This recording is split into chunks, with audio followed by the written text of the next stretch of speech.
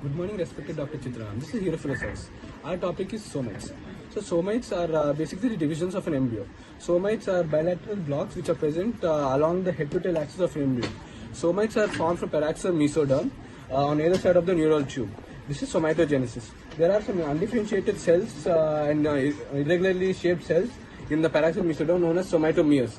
These somatomeres form different substances like muscles, bones, or they itself in turn form somites. In the cranial region, around 7 somatomeres above the otic vesicle do not develop into somites. They remain partially segmented.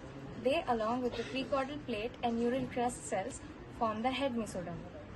The somites start forming around the 20th day of gestation period, and their formation continues up till the 30th day, where about 42 to 44 pairs of somites are formed. However, most of these undergo apoptosis and only 33 to 35 pairs remain. Out of the 44 pairs of somites, 4 are occipital, 8 are cervical, 12 are thoracic, 5 are lumbar, 5 are sacral, and there are 8 to 10 coccygeal pairs. The somite is divided into 3 parts: the myotome, dermatome, and sclerotome. The myotome forms the muscles of the cervical, thoracic, lumbar, and sacral regions. The dermatome forms the skin on the back and front of trunk and the limbs, and the sclerotome forms the vertebrae and the ribs.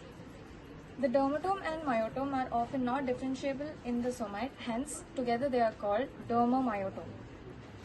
The somites are closely associated with the transverse segments of the neural tube, forming structures called neuromeres. They give rise to a sensory and motor nerve which help in migration of the dermatome, sclerotome, and myotome during development. Coming to the applied aspects, somites play an important role in determination of the age of the fetus. It can be determined by counting the number of somites in the embryo.